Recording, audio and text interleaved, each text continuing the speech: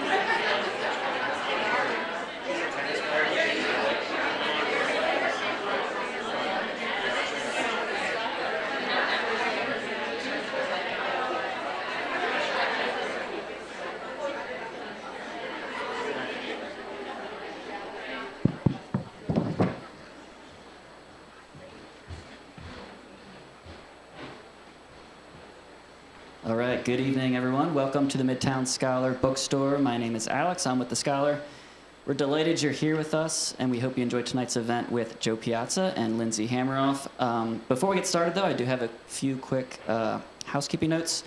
First, we have tickets available for many exciting events coming up this summer, including appearances from Hannah Nicole Mayer, Joe Lepore, and we are almost ready to announce the Harrisburg Book Festival this fall. Please grab an event postcard as you leave and stay tuned to our social media and newsletter so that you never miss an upcoming author appearance or the festival announcement. Second, most of you have in your hands a copy of Everyone is Lying to You. If you'd like to get your copy signed and personalized, we will be having a post-event signing with Joe in our Rare Books building, which is out these doors to the left. You'll find it. And we do have additional copies of their books available for purchase up at the cafe. A reminder that every purchase supports the author, the bookstore, and our ability to continue running these events. Lastly, keeping with tonight's theme, we have a Tradwife costume contest, which I will let Joe handle. And we also have pie and donuts tonight. They're on that table right over there, which you can help yourselves to at any point. But at this time, I have the honor of introducing our speakers this evening. Our interviewer is Lindsay Hameroff. Lindsay is a writer, humorist, and former English teacher raised in Baltimore, Maryland, and based in Harrisburg. Her writing has been featured in McSweeney's, Internet Tendency, The Belladonna, Weekly Humorist, and other outlets. She also edits Frazzled, a parenting humor site.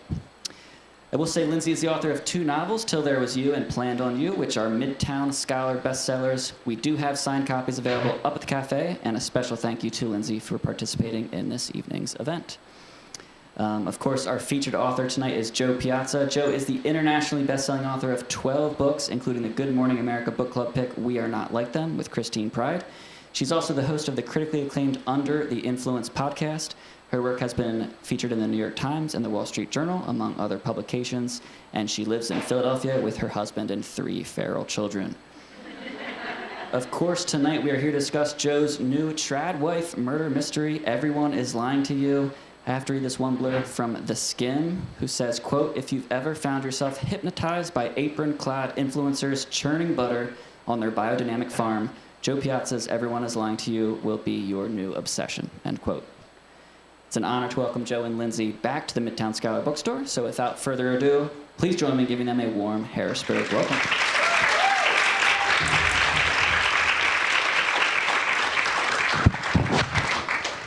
I know the pie came out late, so if anyone wants pie, I don't mind. You can get up, go get pie, come back. I see some really great outfits out there. Please eat the pie. Jo really wants you to eat the pie. I just really want everyone to eat the pie.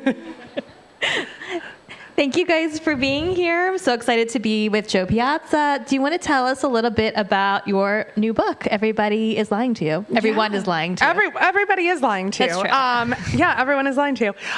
Yes, absolutely. So I started covering influencers, social media influencers, about 5 years ago. And that's when I had my second baby, my first daughter. And, my first was pretty normal. And my daughter came out. They did that thing where they put her on your chest, and they're like, they can't really open their eyes yet. And she looked me directly in the eye and was like, "We ride at dawn, bitch." And then she didn't sleep for a fucking year. So I was awake and just like scrolling Instagram and bouncing on the yoga ball. And I was being served all of this content with these perfect looking women and their 19 babies. And like they're beautiful, clean houses. They're always wearing white. They're never covered in pee and puke. And they were all trying to sell me something. And I bought all of it. And because I'm a reporter, I was like, oh my gosh, I have to start reporting on this. And I started the Under the Influence podcast and started learning a little bit more about influencing and like how it was a multi-billion-dollar business created by women, for women, and therefore mostly ignored by the rest of the world. And as I dug deeper, and the years went on, my kid finally slept, which was lovely. I mean, she's still feral as all get out. We've been at Hershey Park all day, and she went down every massive water slide and wanted to go on every roller coaster. She's 5.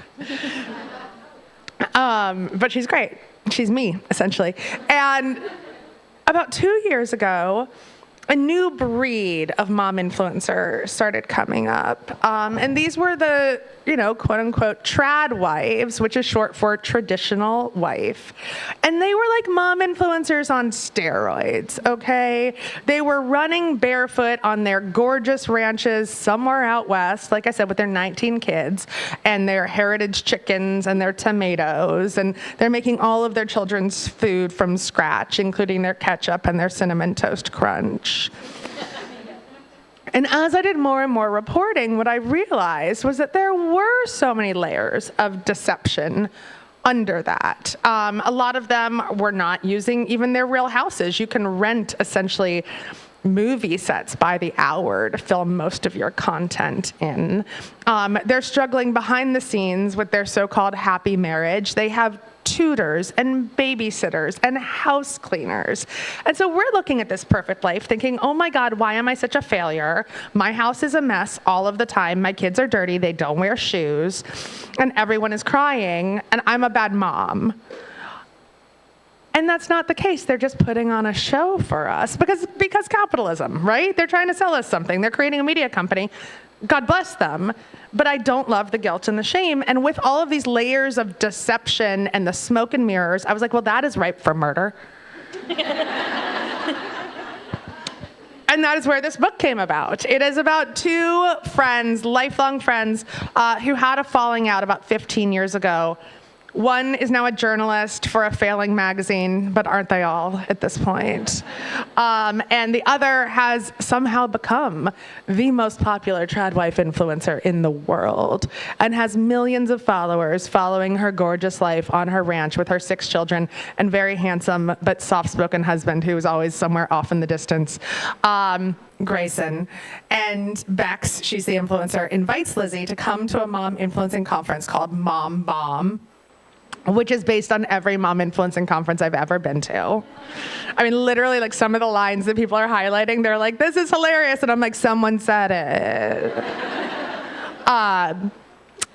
And Lizzie goes and they reconnect and it's awesome. And like, I love that moment because I think a lot about female friendship and the friends that we've lost. I think that we often don't know how to talk about losing a female friend, and that reconnection is really beautiful.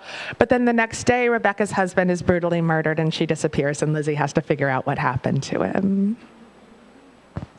Awesome. So when you announced that you were writing a trad wife murder mystery, people were like, say less, because everyone wants to read this. Yeah. And I think you touched on we are all, including you, so captivated by trad wives. Yeah. What do you think even though we're watching it and we're all thinking what you're saying, we're all thinking we're bad moms, our kids are dirty, my kids are so dirty. My house is not aesthetic. Yeah. But why are we all so into it? Why do we keep watching? So many reasons. I mean, one, it's pretty. Why does anyone read Vogue, right? It's aesthetically pleasing in a very particular way. Also, I think that a lot of us are burnt out by modern life and the world generally. And this presents a kind of fantasy, again, a fantasy that doesn't really exist, but we're like, oh my gosh, wouldn't it be so nice if I could just bake bread all day? I've even thought that, and I'm total shit at baking bread, nor do I like it at all. But sometimes I'm watching it and I'm like, I would love to just sew things. The other day I had to put a button on a shirt, and I'm like, no, this life is not for me. But it seems lovely because it seems soft and easy. And I think we all want easy because we're all working harder than ever. Most of us have 19 jobs at this point with no job security. And we're like, wow, yeah, a soft, easy life would be great. And that is my one bone to pick. Actually, I've got a couple, but one of my biggest bones to pick with the whole trad wife thing is that the messaging really is live this slow life. Check out with me. You're working too hard. This is so much easier. When, oh my God, nothing is harder than taking care of 6 children and running a farm. I mean, my God. And so that messaging is just, hence the title of the book, Everyone is Lying to You. And I think that when, especially for women, you strip away the labor of something and you act like something is just so easy, especially caregiving, then society does not value that thing, and then we don't get the support that we need, and then we're so burnt out we're scrolling trad wife videos. It is a vicious cycle. Yeah, it really is. And I think it's interesting too. Something I was thinking about when I was reading your book is that a lot of the things that trad wives do, I think are hobbies that were, bless you, hobbies that were popularized during quarantine and lockdown. 100%. And like they're doing things that we were doing as hobbies and being like, I think kind of being like, what if this is all you had to do? What if this is all you did? Yeah. Totally. Well, we do know that the trad wives exploded during and post quarantine. Again, because they were like, they're gardening, they're baking, they're doing all of these like what the so-called like old grandma hobbies, right? But the thing is, they're hobbies for a reason because they are enjoyable, but you can't make a life out of them most of the time. The other thing with a lot of the trad wives is, it is just like full-on capitalism be capitalisming. Like most of them come from generational wealth. They already had rich husbands, or they're making so much money creating this kind of content that their husbands have quit their jobs and they're working for them. Yeah. Can you talk a little bit more about that? Because I know you did a lot of research and I want to get more into like specifically what you did to get research, but like what is like the biggest sort of like misconception or lie that you think influencers, the trad wives specifically, are pushing? Well, the big one really is that any of this is easy and that it's not work, because one, content creation is work, and two, caregiving is work, right? And most of them are not full-time caregivers for their children if they're also full-time content creators. They fully have babysitters and nannies that they're never showing and never talking about. And again, that makes the rest of us feel terrible for dropping our kids off at daycare. But then, like I said, you can rent houses and farms by the hour, like a shady motel, in order to create all of your content for an entire week or a month there. A lot of these are not these people's real homes. They're just sets. All of this is essentially a creatively directed photo shoot for a magazine or a television show at this point. And I feel like if they could rent the kids, they'd rent those too, but it's probably illegal in this country. Now. Yeah. Something like to that point, like something that you like, I think there definitely is a notable transition from like tabloid magazines to influencers. And I know you talked about it a lot in the book that like magazines dying and people get their content from influencers. And you even said too, like, traditional journalism is dying and people are getting their news, and all of their opinions from influencers. From social media. Yeah. I fully believe that influencers are the new celebrities. I was a gossip columnist for the New York Daily News starting in the year 2002. And then which was the best job ever to have and be hot and 22 years old in New York City. I lived on a diet of like appetizers, Parliament lights, and bad decisions, and it was awesome. But then I moved into celebrity magazines, those trashy things that you see or used to see at supermarket checkout, and watched how celebrities were literally built and created. And, once the celebrity magazines came into existence, there were 6 of them, whereas there had just been one People magazine just a year earlier. Then we saw the rise of reality television stars, because real celebrities, people who were being paid to be in movies and TV shows, didn't do enough shit to fill those magazines every week. We needed more people. Then, more and more, everyone's like, oh, reality stars are going to die. No. Look at the world we live in now. Because we saw the celebrity blogs come up and then social media. And now the news hole for this kind of content is just, it's a massive black hole at this point, right? And influencers are the new celebrities. More people are paying attention to this little screen that is literally attached to the palms of our hands all of the time than are watching the latest Netflix show. We don't have a united water cooler conversation around TV shows and movies the way that we did even 10 years ago. But a lot of people could tell you the names of Ballerina Farm's kids. Yeah. That was a quiz question at a couple of events. We did trivia. All All right, so I want to get into like the influencers specifically. So I know you started with the Under the Influence podcast, and then you did more of a deep dive. So like what research did you do? Like, did you talk to influencers? I think you said you went to mom conferences. Oh yeah, lots Tell of them. us all about it. Yeah. Yeah. I mean, because I have the Under the Influence podcast, I've interviewed, about 1,000 influencers over the past 5 years, and then interviewed dozens of like quote unquote trad wife influencers and former trad wives, both influencers and then also women who would consider themselves traditional wives in like the evangelical Christian way. One of those is Tia Levings. She wrote the great book, A Well-Trained Wife. And she blurbed the book. She called it Gone Girl, But Make It Trad Wives. It's on the cover. And she did my event with me in Philly last week. And that was really important to me because at no point did I want to make a caricature of anyone or throw anyone under the bus. I do not judge women. I'm judging this world. I'm judging the deceptions and trying to like unpack it and like peel back the layers of the onion. But I think that all of the characters in this, including our trad wife characters, are very fully formed. We see their motivations, their ambitions. They want to be successful women in a world that is not always set up for that. And they want to be good mothers in a world that is not set up for that. And, those are the underlying themes of the book. I have been to about 6 or 7 mom influencer conferences, and they are awesome, man. Like, first off, $1 million deals are getting done at these conferences. And like the breakout sessions are so intense. I learned more about marketing and branding than I did in undergraduate Wharton classes at Penn. All right. Like they are good. Like business is happening there. But then they're also mom spring break and people are sloppy as shit. It gets crazy at these things. I was pregnant at the last one, so I couldn't go out late night with them. But they're really getting down. They're really getting down.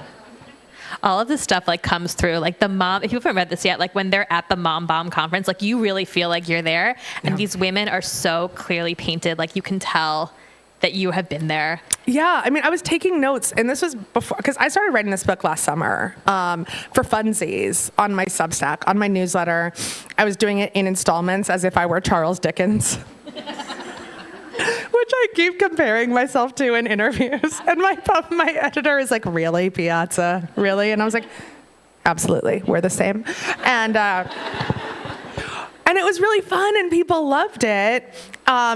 And all of a sudden I was like, all right, wow, I think we're on to something here. And I asked my editor, Maya, I was working on another book that's coming out next summer. I'm like, I think we should just do it.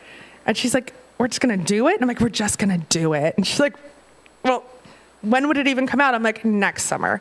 And she's like, we don't do things fast.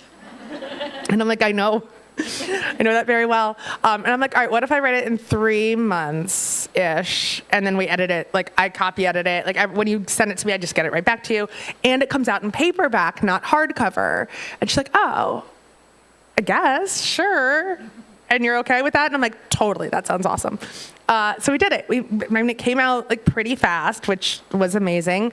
And I think it's also the first fiction to be published by one of the big 5 publishers to be incubated on Substack, which is really cool. Like in a world where all media and content are constantly evolving, this was a fun way to do it. Like I had so much reader feedback. In fact, a reader tagged me on Instagram yesterday, and she's like, I'm so happy you let me name the chicken in the book.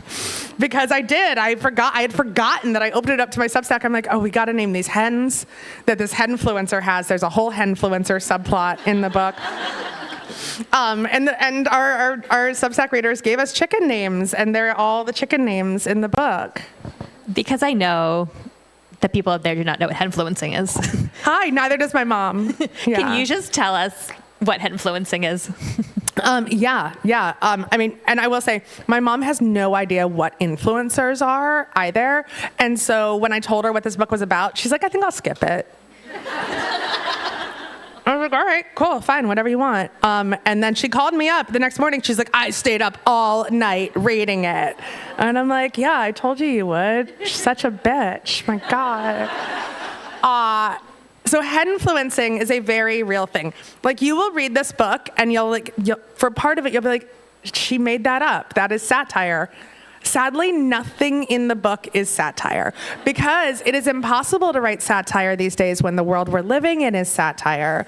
The other day, I read an article that the Vatican is hiring hot priest influencers to come to Rome. Yes. And I'm like, if I wrote this in a book, my editor would be like, no, that's a bridge too far. But you can't be a good satirist any longer. And so henfluencing is actually quite lucrative form of influencing on Instagram where it's just people with chickens. There's one account that's called Drinks and Hens, and it's some woman that makes a cocktail every night at 5 p.m. and holds a chicken.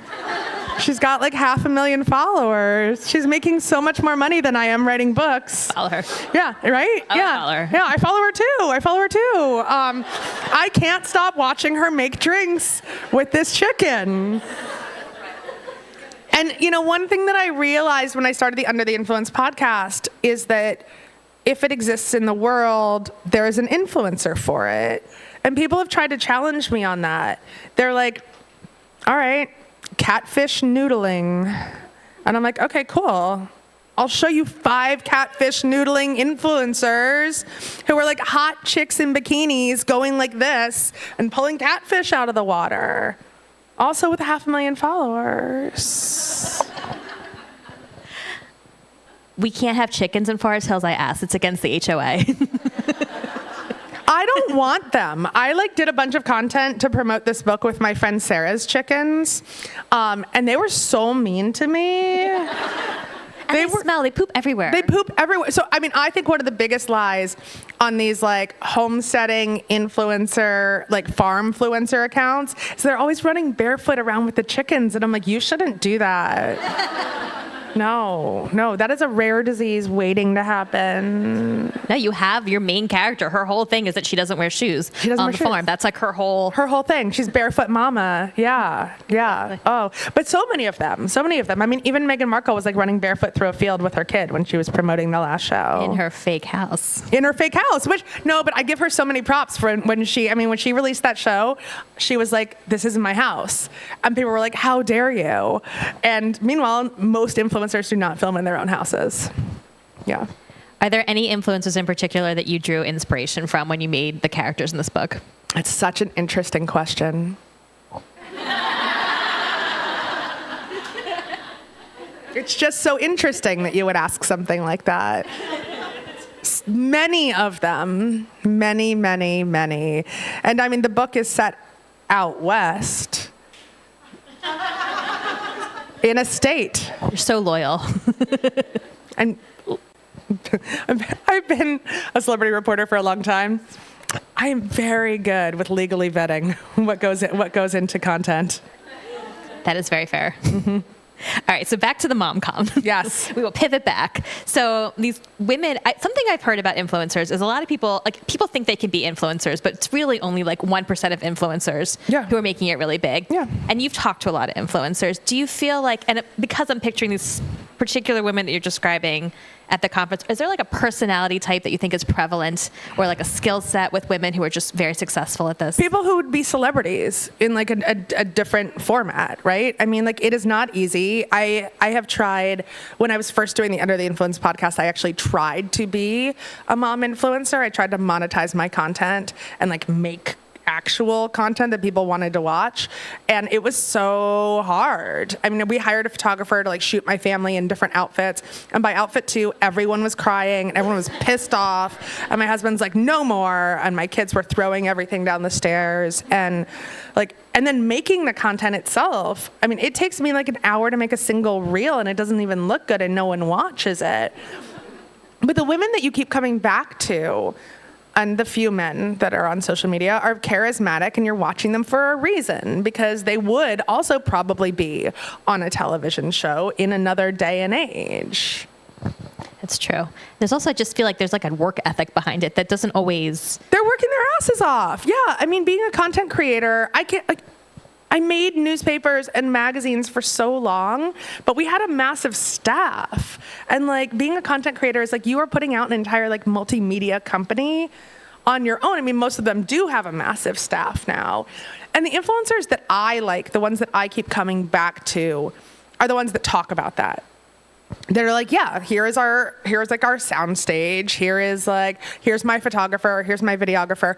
But that's very, very new, because when I first started doing this 5 years ago, everyone is acting as if this is just their regular life. And there's still a lot of people that do that, that are like, oh, you're just getting a peek into my home, into my perfect home. And it's very easy to believe that because we're scrolling through Instagram and like we're seeing them right next to a picture of our cousin's Labradoodle, right? So like, it's the format and the fact that we're doing it while we're in bed next to our husbands or in the bathroom. I mean, we were never meant to live like this, is what I keep saying. I'm like, we were never meant to have this thing in our hands that we can constantly be just watching other people do things in their house. It's so weird. I watch some weird stuff, especially like after 9:30. I'm watching. For a while, I went deep into a rabbit hole of people cleaning cast iron pans. Because it was so soothing. It's like zit popping videos or something because they're so dirty and then they get so clean. So you're on Clean Talk. It was clean. I mean, also I love a drawer organizer. Oh, yeah. That's my favorite. I like watching people organize pantries. I love watching people and organize fridges. And it's so weird, right? That like this is what we're watching now. But I will tell you, for this book tour, people have been really hungry to be in person together again. I think that we are dying to be off of our phones. And so that's just been really nice. I have no idea what day it is right now. I think this has stopped like 12 or 13. It's Tuesday. Cool. Doesn't mean anything to me. I've been in Hershey Park all day. But like the conversations have been so good because we're all like, we just want to talk to other human beings in real life again. I think that's one of the ironic things too, is like we are all like longing to go get off our phones and go outside. But instead of doing that, we're like watching other people get off their phones and go outside. And go outside. Yeah. Like, wow. It's so nice watching this person garden as I'm like in my house with Doritos. My house, not gardening. I know. That's the one, someone asked last night at an event, they're like, how do you like stop yourself from scrolling? And I actually have like pretty like hard and fast rules for myself because I could live in it all day long. I use the brick that like blocks your phone from doing anything but being a phone, and I park it like it's a landline in my house. So I have to go to it. It's not with me all the time. I actually bought a thing that looks like a real phone that it lives in, which is so vintage. It's so fun. I know, it's so fun. Because it would be really easy, but I say that thing to myself in my head. If I'm like, oh, am I watching this person do this? Or do I just want to go do this? Because I could do that thing that they're doing. Maybe I should go cuddle my kid. Could you find yourself, I'm like, stop talking to me. I'm trying to watch somebody get a haircut. Yeah, it's so weird. It's so weird. Yeah. Well, and the other thing is because it freaks me out that our children will have no real media literacy. Like, I mean, I am at the age where I think everyone is my age. So I'm like, when we were all growing up, literally to every person in this room, because we are clearly all the same. But like, we did see our parents read newspapers, or the news was on in the morning and then also in the evening. Like, we saw news, but now we just see people do this. And like, we don't even get the print newspaper in our house anymore because New York Times delivery got cut off. We can't find it in our neighborhood. And the Philly Inquirer kind of sucks. So like, they don't see me read a physical object. They have no idea what news is. So I narrate for them when I'm on my phone. I'm like, I am just texting Emily back about this thing. I'm reading this thing in the New York Times about this. I'm doing Wordle, which then does make you stop because you don't want to tell your kids, I'm watching another mother braid her child's hair instead of braiding your hair. Yes, that's literally what's happening. That's literally what's happening. I'll be like, I can't, just like give me 5 more minutes because I'm watching someone get a razor shave. Like, if I don't know. Who I don't know. I don't know this person. I don't know this person. I need to see how the shave fades. Like, I need to know what bathing suits she's going to pick from her haul. I know. I mean, it is ridiculous. It is ridiculous. And I mean, there's a few things I want people to take away from the book.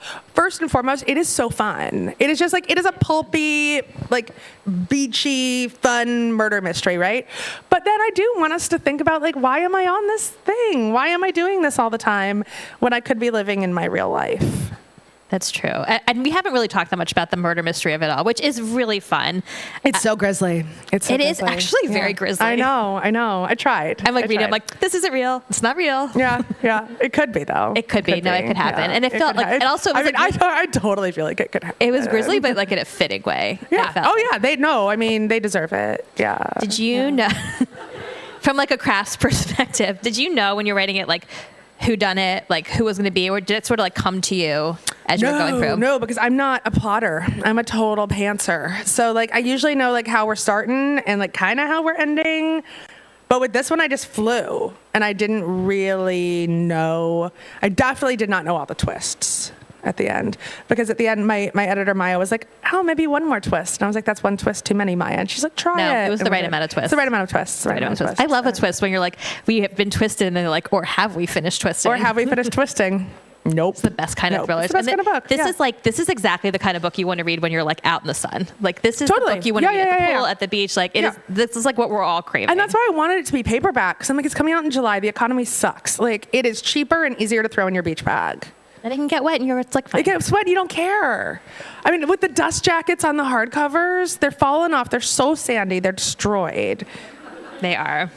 The use, like, I'm kind of like pivoting back to something you said earlier because I've been thinking about it. Like, is there like, have you been influenced? Like, what is like the craziest thing that you have bought from an influencer? Because you said you bought stuff from them. Oh yeah, a bunch of weird shit. When B wouldn't sleep, I bought a pacifier made out of a goat nipple from Albania that someone claimed made their baby sleep through the night. I still have it. I should bring it out and like show people. Albanian goat nipple pacifier. You should have brought that. I bought a bunch of sleep, because I was sleep obsessed, right? So I bought a bunch of sleep training courses that were just bullshit. I'm like, it's like a woman whose baby slept once because she's like, I shook it like this. Like you're like when you're like in the thick of it. When you're in the thick of it, you'll do anything. You're like a sleep training course. Like take my wallet. Like I know. I compare it to how like when you're hungover, you Google how to not be hungover. And you'll do anything to not be hungover. Yeah. That's what it's like when your baby won't sleep. Yes. Yeah. Yes, that is the worst thing. Yeah. Any other zany purchases? Oh my gosh. I mean, I think just like ridiculous brain improving toys for kids that were just like wooden crap that could have been. And I mean, I hate plastic crap too, but like these were not even like well-made wooden toys. But like I got in the whole mindset of like, I must give them these like very expensive wooden Montessori toys to make their brain develop. But I felt that way with my first. Yeah. And with the third, I mean, she's the happiest of all three of them, okay? Because, I mean, the best example I have is like with the first one, we like did try to like make organic baby food, like with the food maker and stuff. And with the third one, during dinner time, she kind of crawls around with like the family dog, and we're like, give her something off our plate. She doesn't like to sit still, and she's so happy. And my first one is super neurotic. And I'm like, it was me. Yeah. That was me. That's my fault. It's so humbling as a mom. You're like, wow, when I parented so hard, these kids are like nuts. I parented so hard. And he's the one today. I'm like, do you want to go on that ride? And he's like, it seems unsafe. That guy's not paying attention. And meanwhile, the other two are like, sign me up. It's funny. My youngest told me today, you want me to go to camp where I can get heat stroke? Yeah. I think all three of mine got heat stroke today. Like, I mean, they're at the indoor pool right now. Yeah. That Hershey Park Lodge is lovely, by the way. Yeah. That is lovely. Should we start questions from the audience? Okay, cool. Awesome. Let's do it. No one has eaten pie yet. Yeah, if you have a question, just feel free to raise your hand. I'll come around with the mic. All right. So I know this is a fictional character, but a guilty pleasure is A Simple Favor. Oh, yeah. Mm-hmm. So I don't know. That's sort of trad wife, right? So what do you A little think bit. what do you think of those movies? What's your impression of them, and how do they compare to the Trad Wives? And what do you think of them? Yeah, I mean, I think that there's a lot of stuff that is trad wife adjacent, right? And I mean, I get asked all the time, like, what is trad, what is not trad? And I think we're now living in a world actually where a lot of things seem trad. I mean, you can walk down the street and these dresses that like we were seeing only on a certain type of influencer are now at Target. Okay, like, I mean, I've been joking about the Trad Wife costume contest, but everyone's just like, I had this in my closet. And I'm like, yeah, me too. So I hesitate to call a lot of things trad or not trad, like, because I think there is also a difference between elevating what I call like the domestic arts and domestic labor and domestic work, things that are in the home, again, to like create excellent content. And then the trad wife of it all really does get into a special, like, there's certain themes, right? There's a lot of submission to your husband. There is a lot of, oh, I've checked out of the workforce, women's highest purpose, not a purpose, but their highest, thank you for eating the cake. Everyone, cake. Women's highest purpose should be to be in the home. And a lot of that does lean very politically lately as well. And there is a lot of messaging embedded in some of it. And some of these influencers have been boosted by certain political parties to push the ideas of that women do not belong in the workforce. Women should only go to college to get an MRS.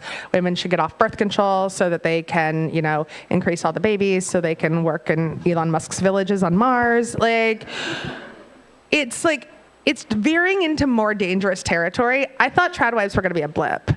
I did not think it was going to grow as big as it has.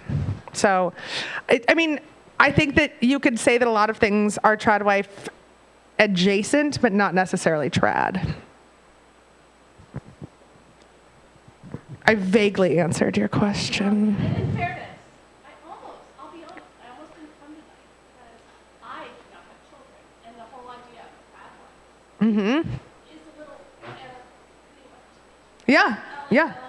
It's a little, I mean, yeah. but it's tongue cheek. It is indeed. And I mean, I think because the book does cover women's ambition generally, we do have a wonderful child-free character in the book that you're going to love so much. Have you read my best friend Glynis McNichol's book? Oh my God, you fucking need to. It's called Mostly Here to Enjoy Myself. She is a single child-free woman talking about how to enjoy yourself in the world. She has two, No One Tells You This, and then Mostly Here to Enjoy Myself, which is about her going to Paris and having a lot of sex and eating cheese. If they have it here, Alex can it for you. I mentioned it at another book signing, and she's the godmother of my children. I love her so much. And my 8-year-old son like heard me say it, and he pulled the book off the shelf. He like went to go find it and then like gave it to the woman. He's like, got it for you, here. I'm like, thank you. Yeah. You can enjoy this if you are, I mean, I think everyone can, even men. Even men. Yes. Do you think that the religious aspect of trad wives is also all a mirror? Because I feel like there's been a lot in the news about that, how some of them have clothing restrictions and different things like that. And I haven't read the book yet, but does that come into play, and how you were plotting this out as well? Yeah, a little bit. I mean, I'm also in the book, I'm careful not to name a particular religion, but I mean, reporting on influencing for the past 5 years, we do know that a lot of early mom blogging and then a lot of early mom influencing were born out of the Mormon communities. I mean, the biggest mom influencers and mom bloggers were originally Mormon women because the church was actually pushing them to soft proselytize through digital media. They were saying, go out and blog your life. Instagram came up. They're like, go out and document your life through this new medium. And so, I mean, that is where mom influencing was truly incubated. So yeah, I mean, there is a lot that is a little bit, religious themed in there. But for a very long time, a lot of them kept their religion under wraps, right? Like it was very gentle and like if it ever came up at all. And now it's a lot more in your face, I think, than it ever was. And now we're also seeing, again, these people would be reality stars if they could, which is what we saw happen with The Secret Lives of Mormon Wives. I mean, those producers called them and they're like, yes, sign me up. I'll do whatever you want. Fun fact, we sent the book out to the all of the mom talkers from The Secret Lives of Mormon Wives. They've got it, but I've heard that I've got to pay them $20,000 to post about it on social media. And I'm not gonna. I'm just gonna tell everyone that.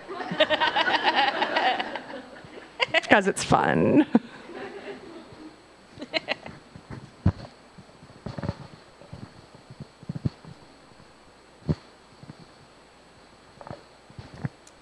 So I went to like a very normal high school in southwestern Pennsylvania, public high school, with a girl, and like grew up doing theater with her, right? Who is now living in like I think Ohio, being like a suburban homesteader with like bees and meat rabbits, and like talking about homeschooling. Oh, meat rabbits really give me the willies. Yeah, it's really gross. Yeah. Like I don't like seeing her like meat rabbit roast, right? No. And I don't even follow her, but like I have to go and check in and see how she's doing Yeah, you with do. her like Yeah. 3 kids under Yeah. 4. But she's like so pro homeschooling now, as if she didn't get this like incredible public school education. And I want to know how like someone reconciles like who you knew, you know, growing up and were friends with and in Les Mis with, you know, versus them becoming this like wannabe trad wives, like selling your B content on Instagram. Yeah. You're going to love this book. 'cause, like, you're gonna love this You're really book. going to love this because, I mean, that is the journey that Lizzie goes on. We literally open with her scrolling through her phone and looking at Bex's account and being like, who is this bitch? Like, this is not the girl that taught me how to do a keg stand in college. Like, I didn't even know she knew who Jesus was. And nor did I think she ever wanted to procreate. And in fact, I mean, this isn't a spoiler. It's in like page 2. Her nickname in college is Slutty Bex, which is a nickname she asked people to call her. And now, yeah, she's very conservative, very Christian.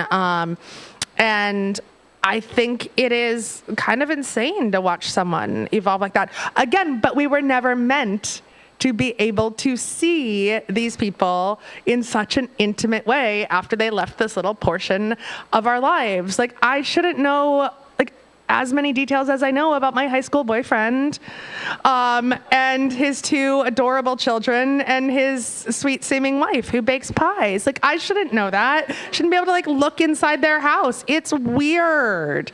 But I kind of love this for you, and I love the journey you're about to go on in the book. You're going to love this book. This book is going to give you everything you want. And literally everything you want. Yeah. Oh God. Oh my God, yeah, I want them all to read it and then slide into my DMs and tell me what they think. Yeah, and then send her a copy. Meat rabbits. I don't have meat rabbits in this book. Thank God. Oh. Other questions? You raise rabbits and then you eat them.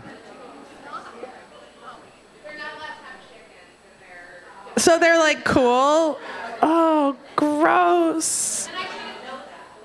But you do know the rules of her HOA. So weird. Yeah, hey. Hi. I just wanted to point out something that I found very interesting in the conversation about how we're watching other women do things. My kids are on the older side of teenagers. So about 10 years ago, when they were iPad kids, because I admit it. Yeah, so are mine. They spent hours watching other children Yeah. open things and play Yeah. with toys. And I was flabbergasted. Like, you have all of these toys. Yeah. Why are you watching other children play with your toys, these toys? And now I find myself 10 years later doing the same thing on Instagram. And I have to check myself oftentimes and remind myself that I'm doing the same thing my children did 10 years ago. And I didn't understand it. So I just wanted to point that out. And I also wanted to ask you about the other side. My algorithm has sort of put me on the realistic side of parenting, right? Mm-hmm, So I see the regular women in the regular homes with their regular faces and their plus size bodies. Yeah. And so I'm over there with you, probably. Yeah. You're like, hi, Joe.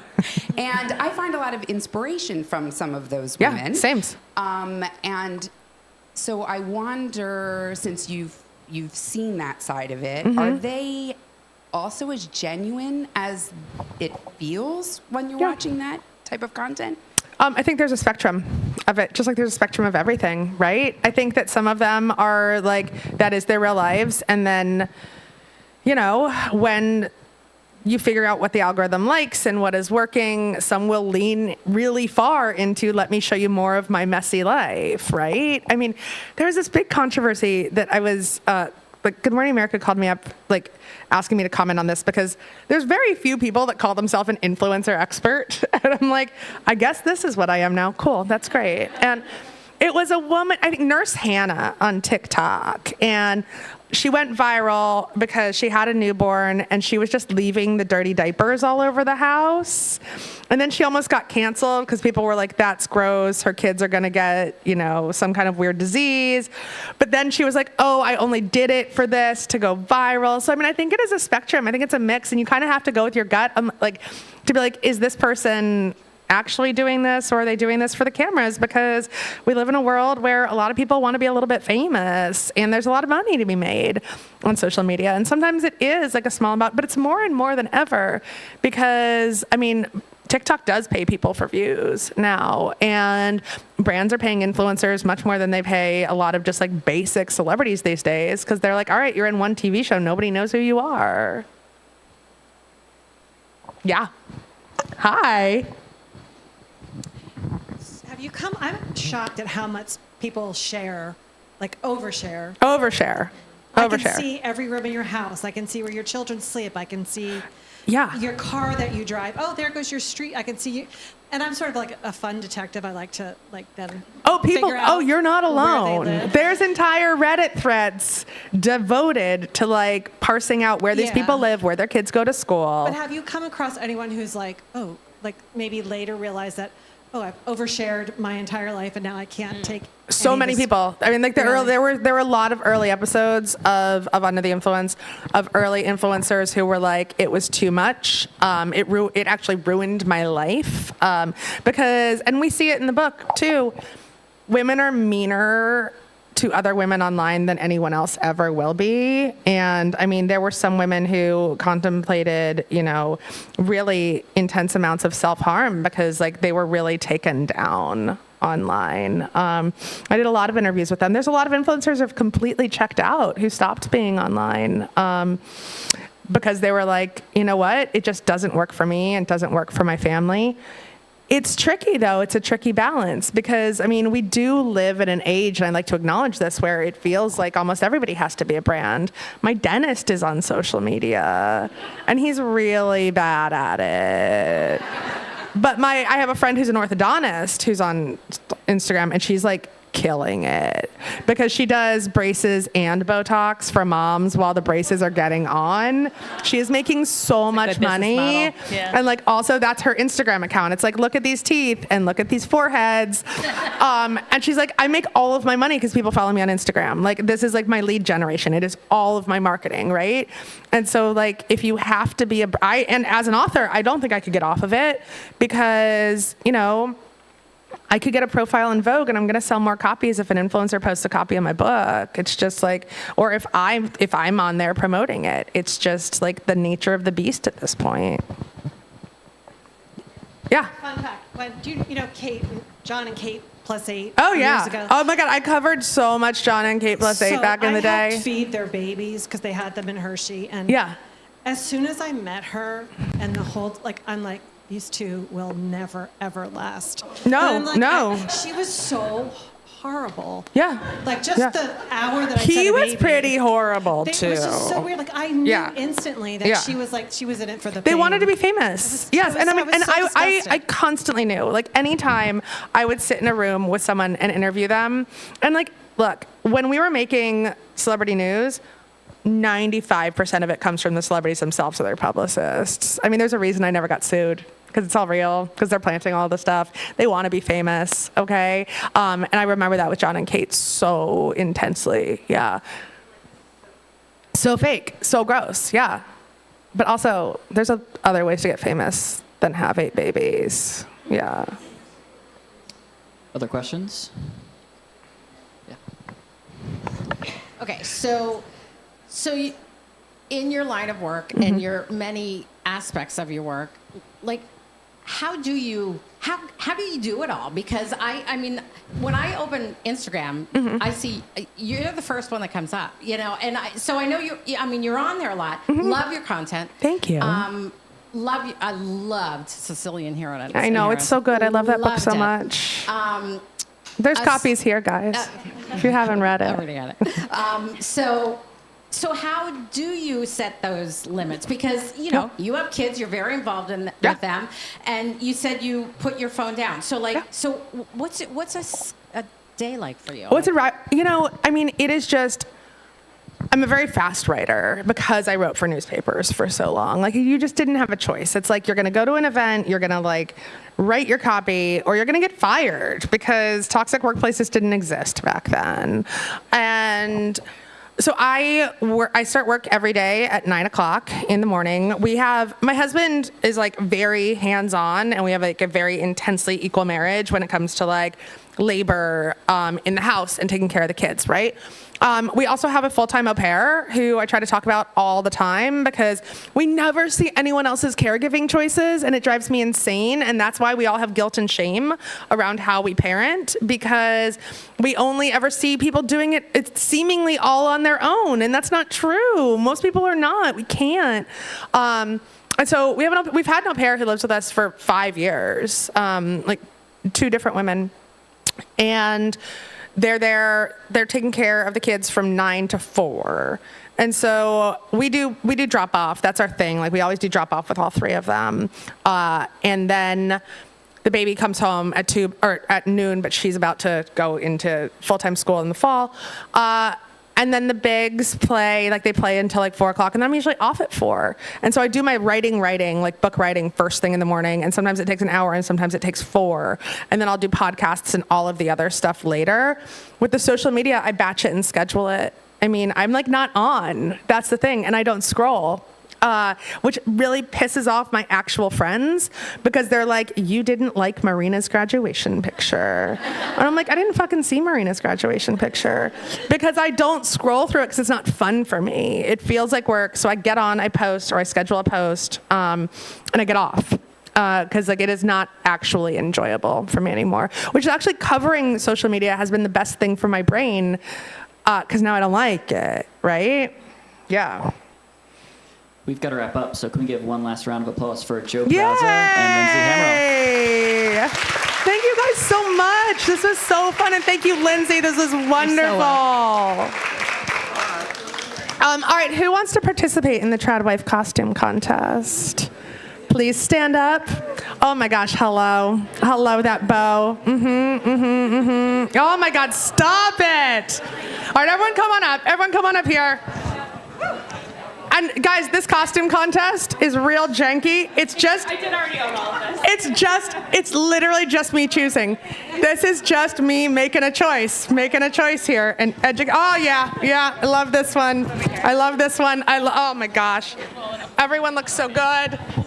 Yes, oh, stop. Oh. All right, everyone get in. Let me take a picture. Oh my gosh, we've got a basket, everybody. All right, let me get a picture. All right, everyone say Ballerina Farm. Oh, shit, I said it. Hold on, I'm doing a video. All right. And now our prize is, I got really drunk at the school auction this year, and I won custom t-shirts. And so I had custom t-shirts made that say unreliable narrator energy. And so I'm giving this out. Okay. All right, let me see. All right.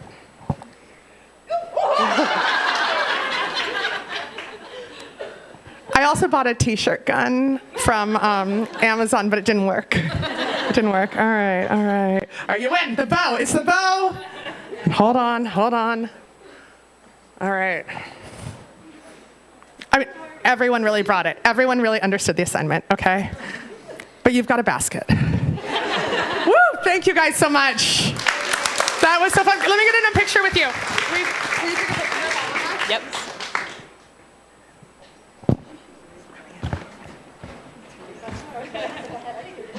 Oh, you know what? Everyone has something to wear.